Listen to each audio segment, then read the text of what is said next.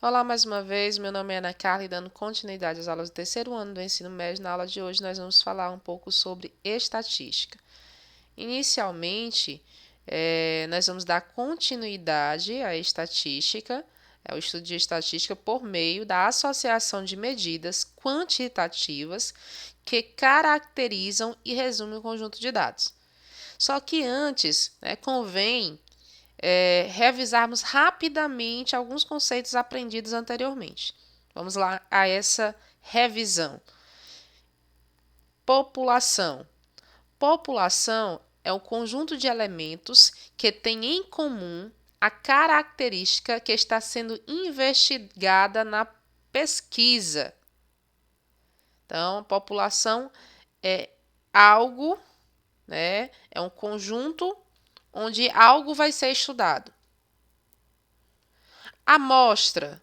Amostra é um subconjunto da população, cujos elementos fornecerão as informações que estão sendo investigadas por meio de uma pesquisa. Por exemplo, quando tem alguma eleição, sempre é feita a pesquisa de porta em porta sobre o candidato que você vai votar. Então, a população, de maneira geral, é a população de um país. Por exemplo, se você vai votar em presidente, né? Então, você tem a população, que é a quantidade de pessoas do país. Só que fica muito difícil estudar a população, porque eu não consigo pesquisar todas as pessoas que votam. Então, o que se faz? Você pega um subconjunto, que é chamado de amostra, uma parte da população, e faz a pesquisa para aquela parte. E aí, subentende-se, que aquela parte, se não for tendenciosa, é claro, vai dar a resposta que a população dará também nas eleições. É mais ou menos isso que é a população em amostra, tá? Variável.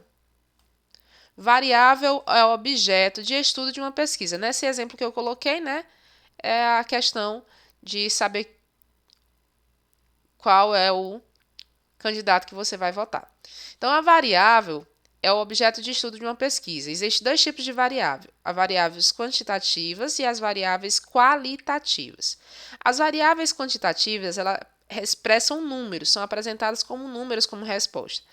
Por exemplo, a quantidade de filhos, a renda, a altura. Então, essas coisas eu não posso escrever elas se não for uma resposta em números.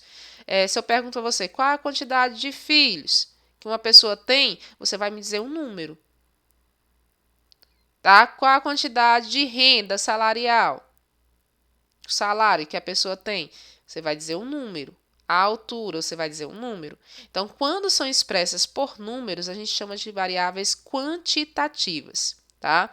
E essas quantitativas se dividem em duas: discretas e contínuas, ok? As discretas são valores exatos e as contínuas são valores quebrados. E isso aí você já deve ter visto em aulas anteriores. Qualitativas. As variáveis qualitativas apresentam como resposta uma característica ou preferência do entrevistado. Por exemplo, cor, nome do candidato que vai votar, qualidade. Então, quando a gente fala de qualitativas, vem mesmo a ideia de qualidade. É algo que vem ser expresso não em números, mas sim em nomes. Por exemplo, quando eu digo assim, qual é a cor que você prefere? Você vai me dizer preta, amarela, azul. Não tem um número. Você não vai dizer 2. Então, você vai dizer o nome. Então, essas variáveis que você caracteriza, que a resposta é um nome, então são chamadas de qualitativas, ok? Vamos para a próxima. Tabelas de frequência. São tabelas que organizam e resumem os dados coletados da pesquisa. As tabelas de frequência, gente, vêm para facilitar a observação. Você vai, faz a pesquisa, anota, vai anotando de um por um. Quando você quer organizar aqueles dados, você constrói uma tabela. Nessa tabela existem as frequências. Frequência absoluta, que é o número de vezes que cada valor da variável aparece nos dados obtidos, e a frequência relativa, que é uma razão entre a frequência absoluta e o número total de dados disponíveis. Frequência absoluta é o número de vezes que apresenta. Por exemplo, se uma turma de 10 alunos, 3 escolheram azul, então a frequência da cor azul é 3. 4 escolheu vermelho, então a frequência absoluta da cor vermelha é 4. 3 escolheu verde, então a frequência da cor verde é 3. Agora, quando eu falo frequência relativa, já é uma razão. Por exemplo, da cor verde não era 3? Então, era 3 sobre 10, porque é o 3, que é a frequência absoluta, sobre o total de dados disponíveis, que foi 10, que eu pesquisei 10 alunos. E isso também pode ser expresso, né, em forma de porcentagem. Toda razão pode ser vista em forma de porcentagem. Aí, geralmente, traz a frequência relativa em forma de fração e em forma de porcentagem. Lembrando, né, que a frequência relativa total é igual a 1, ou então que a porcentagem é igual a 100%, que é o universo a ser estudado, né, que é a população no todo. Ou a amostra, dependendo do que você está olhando. Classes ou intervalos de valores. São intervalos reais usados para agrupar os valores de uma variável quantitativa. Em geral, usamos a notação A, aqui ó, uma barrazinha, traço B. Isso quer dizer que o intervalo vai de A até B, sendo que o A está dentro do intervalo. Está aqui o intervalo expresso, ó. O A está dentro do intervalo e o B não está. Então, são valores maiores ou iguais a A e menores do que B. É isso que quer dizer esse intervalo, tá? E eles são representados para representar exatamente esse intervalo aqui. Intervalo aberto em B e fechado em A. Cuja amplitude é B menos A. O que é a amplitude? Amplitude é o valor maior menos o valor menor. Vocês viram isso aí também em física, né? Amplitude de uma onda, né? É aquele valor maior, é o pico da onda, menos o valor menor, que lá era chamado de vale, né? Então, também vocês estudam em outras áreas do conhecimento. Representações gráficas. O uso de gráficos, ele veio para facilitar, né, e repassar o que foi pesquisado para a população. De volta. Por exemplo, quando você pega alguns dados, você estuda, organiza através de tabelas de frequência absoluta e relativa. Só que quando você coloca a tabela, a pessoa fica sem entender muito. É claro que dá para ler a tabela, mas você não consegue representar de maneira mais bonita, mais clara, mais chamativa para o leitor. Então, os gráficos, ele veio exatamente para fazer isso, para mostrar para o leitor a pesquisa de maneira mais agradável, tá? Ele é importante e é usado em diversas mídias, como jornais, revistas e internet.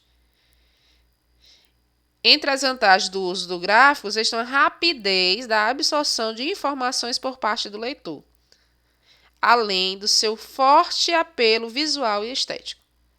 Então, como eu falei para vocês, né? É mais pela questão do visual e do estético para chamar a atenção do seu leitor, para que ele veja a sua pesquisa. Existem vários tipos de gráficos. Eu vou citar alguns aqui. Gráfico de barras. O gráfico de barras, né? Existem dois tipos, que é o gráfico de barras verticais, que é esse aqui, e o gráfico de barras horizontais. Ok? E aí você vai observar do que se trata. Aqui, esse aqui, ó, corrente do comércio do Brasil, de janeiro a maio. Então, representa o que está escrito aqui em cima. Esse aqui é o que está sendo tratado no gráfico. Categorias com maior fatia de marca própria. Supermercados de venda do primeiro semestre de 2015, em porcentagem. Então, está aqui o gráfico de barras. Gráfico de linhas e gráfico de setores, também chamado de gráfico de pizza. O gráfico de linhas, esse aqui, ó, observe que é uma linha, né? Esse caso aqui é o gráfico de linhas horizontal. E esse aqui é o gráfico de setores, exatamente porque são setores de uma circunferência, né? Aí aqui também é dado em porcentagem, observem.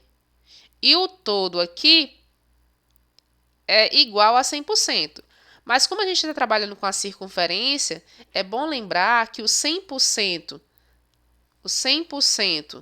da circunferência ou da população, de maneira geral, é igual a 360 graus. Então, também ele pode aparecer em graus e pedir para você transformar em porcentagem, ou então, né, dizer quantas pessoas representam. Então, você tem que fazer essa associação. 100% é igual a 360 graus. E aí você avaliar de acordo com o que está aqui sendo dado. O pictograma. O que é o pictograma? O pictograma é um gráfico onde aparecem figuras do que está sendo estudado. Aqui, ó, nesse pictograma aparecem carros. Então, você já sabe que vai envolver o número de vendas de automóveis ou o número de automóveis. De maneira geral, você vai envolver os automóveis. Por quê? Porque apareceu carrinhos na representação dos números. Então, aqui, cada carrinho aqui representa uma quantidade de carros vendidos, né? Porque aqui é o número de vendas de automóveis.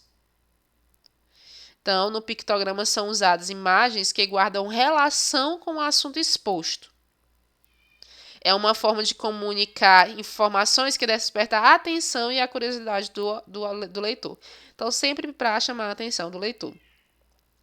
O histograma. O histograma é outro gráfico, tá? Ele parece com o gráfico de barras, observem, né? É semelhante ao gráfico de barras, mas o histograma ele é usado, né, para representar valores de uma variável que é agrupadas em intervalos.